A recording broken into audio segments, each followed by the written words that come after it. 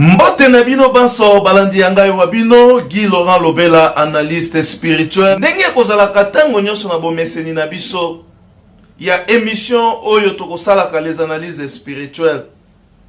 Avant to banda émission na biso tolobaka boye. Émission ya les analyses spirituelles tosalaka yango na sentimate, tosalaka yango pe na parti prité mais tosalaka yango po ete nzambe asepela, puisque nzambe soki asepeli nde yo na ngai toko bénéficier na oyo nzambe abongiselaki biso. Je crois que umeli tango mulai toza kosala ba émission te, toza ko informer na bino ke biso tozali ba chercheur. Soki bomoni biso na média te toza kosala ba recherche. Une fois tobimi tobimaka na eloko ya sika. Et soki pe tomoni ke eloko wana sengeli na biso tobimisa yango te, toko garder yango na ba archive na biso. Lelo toye na sujet nini, toye kosala juste rappel ya ba émission oyo tosalaka yango. Ba analyse spirituelle tosalaka yango na bonzoto te. Yango bomoni ba analyse na biso to bengi yango les analyses spirituelles. Et puis tango tosalaka ba analyse spirituelle totenaka toujours compte ya ba facteur misato. Ba facteur misato wana tolobelaka yango tango nyonso na ba émission na. Facteur ya liboso ezalaka sur le plan historique.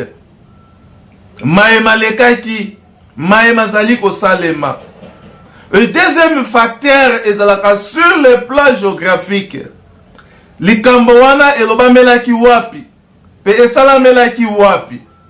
Et facteur ya misatu oyo tosalelaka ba émission na biso nde ezalaka sur le plan spirituel. Impact ya likambo wana na nzoto boye, na vie na biso normal ezali nini sur le plan spirituel. Impact ya likambo wana na bomoi na biso ya molimo elingi koloba nini.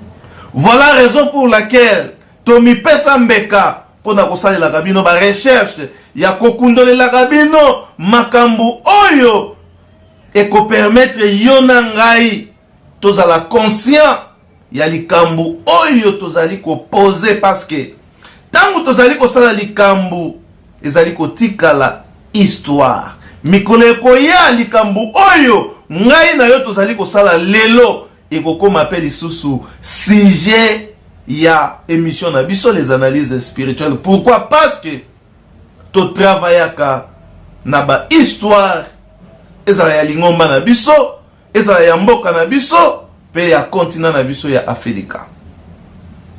La fois passée tosalaki ba émission tolobelaki ba sujet ebele, tolobelaki Sentela mazali nani, ndenge ni esengeli na mondimi kozala, tolobelaki pe makambu oyo ya duke ou bien mabina. Lelo toye kosala juste rappel na émission oyo tosalaka la fois passée, oyo tolobelaki sur duke, défilé ou bien mabina.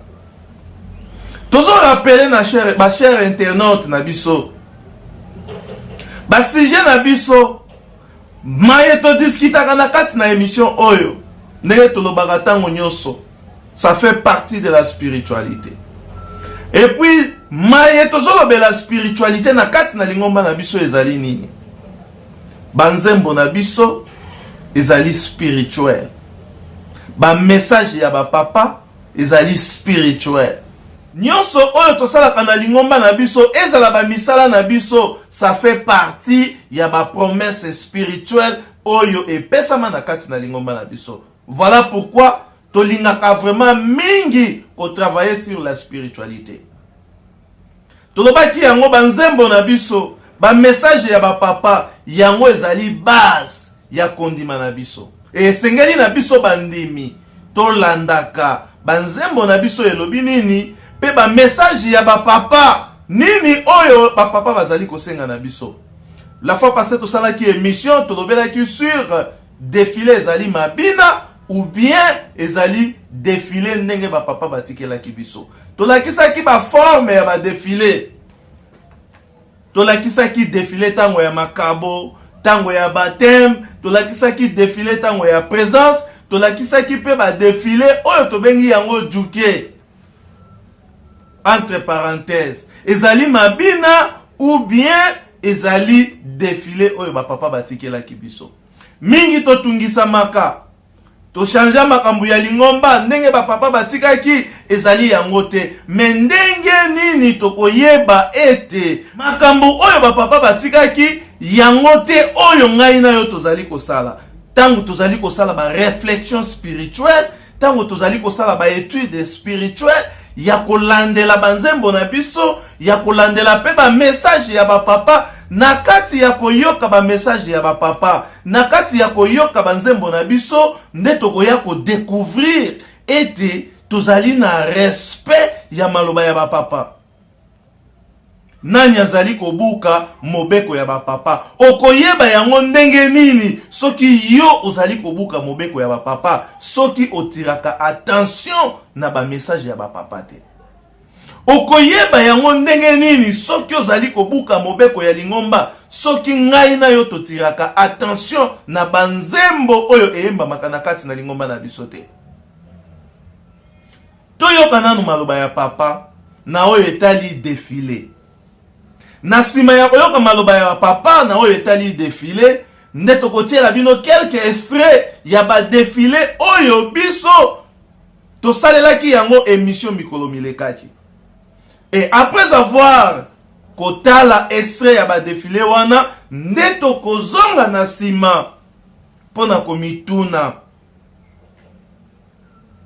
na yo na ngai nani azali kobuka mobeko na Pierre Musantu ndenge tokolobelaka yango mobeko ezalaka mobeko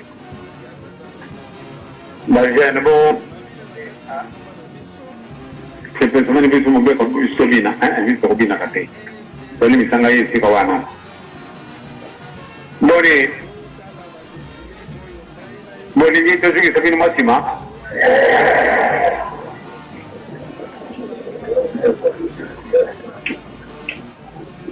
donc sobina kate tout ce que tu as dit wana bien solo ko yenda binu ezana mabete kasi ba de bobina wana boyi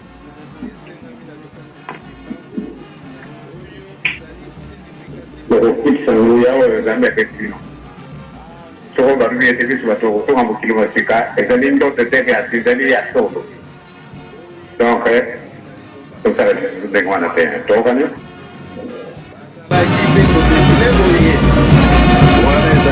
Tuna oyo ngai na yo ikoto mituna tosala ba analyse spirituelle. Est-ce que ba papa bazataki kodefine ndenge ena papa na Pierre Musantu ndenge tokolobelaka yango mobeko ezalaka mobeko bazana c'est personnellement biso mobeko bisobina biso kobina kate toli misanga yesi kwa wana boni ngito sigi sabini masima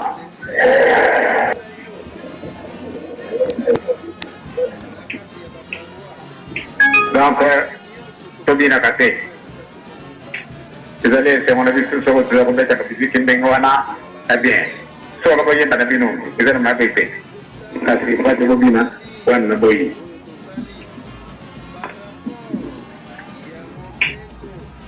ko kitsa yawo zambe petino so ba biye te biso bato to ngambo kilomètre ezali ndo te ya sizali ya solo donc tout ça de wana te to kanyo wana touti kolanda ba sorte ya ba défilé oyo tolakisaki mikolo milekaki.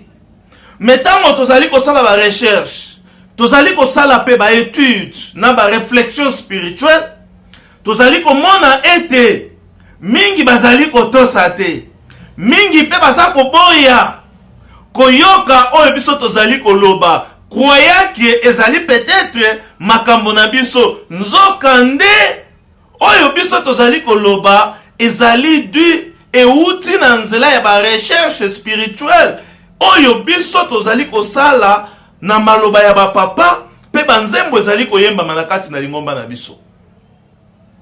Tangu yo zali ko continue kobina, tangu zali ko continue kolakisa na bana ya tata Simon Kimbangu mabina, aussi longtemps bapapa balobaki yango ete mabina ezali ya kopekisama na kati na lingomba na biso. Ba message ya bapapa ezali deja mobeko. Tango tozali kobuka mobeko, tozali batu oyo papa alobaki sata akotaki na lingomba, bazali ko continuer kosala misala na bango, ou bien tozali vraiment bana ya tata Simon Kimbangu oyo bakotosaka maloba ya tata Simon Kimbangu, oyo bakotosaka maloba ya bamvoile pe maloba ya tata Simon Kimbangu kiangani. Selon ba analyse spirituelle na biso, ngai na yo soki tozali kotosa te oyo ba papa ba pesa ki biso, ou bien soki tozali ko comprendre ba message ya ba papa te, esengeli to sala ba réflexion na ba analyse spirituelle ya ko contrôler bizaleli na biso pe ya ko tala maloba ya ba papa soki elobini, parce que soki tozali ko salela oyo ba papa batinda kite elakisi ya solo ete tozali na ba maître misusu oyo ngai na yo tozali ko servir. Tobosana te ete na kati na lingomba na biso ba papa balobaki ete sata akota na lingomba, mais oyo ba papa bazali kosenga biso soki tozali kosalela yango te, ce qui veut dire kasi na baoyo bazali na lokolo na kati mosusu na libanda bakosilanye, kasi na baoyo bazali na lokolo na kati mosusu na libanda bakosilanye, kasi na baoyo bazali na lokolo na kati mosusu na libanda bakosilanye.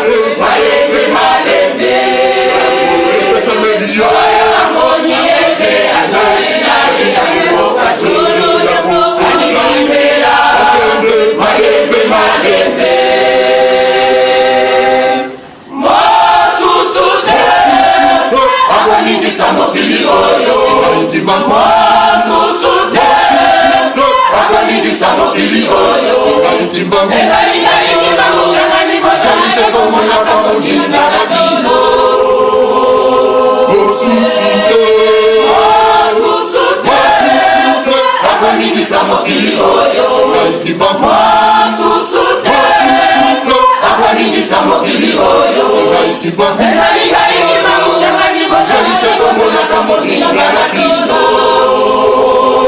olandango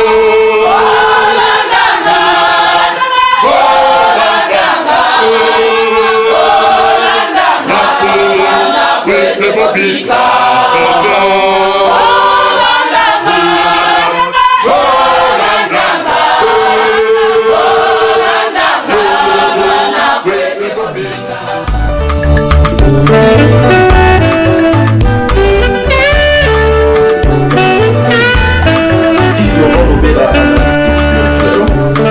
concentré dans ma gamme la réflexion est plutôt ça la canne ce sont les analyses spirituelles et puis ça met des bisous dans la recherche spirituelle et il y a un qui va permettre bisous mais ma réflexion est bisous musique appelle toujours sur l'indépendance spirituelle n'engel to yebeli yango na bamboka nyonso bazali ini poto za la libre spirituelle mingi oyo église qui m'a mis ça comme marché comme la